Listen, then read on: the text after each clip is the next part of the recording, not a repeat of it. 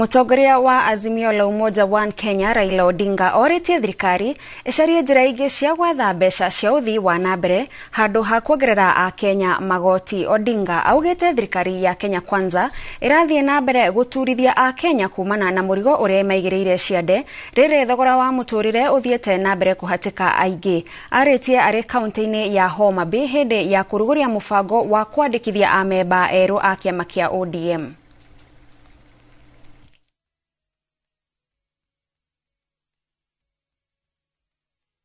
You cannot build a country over taxation of the poor.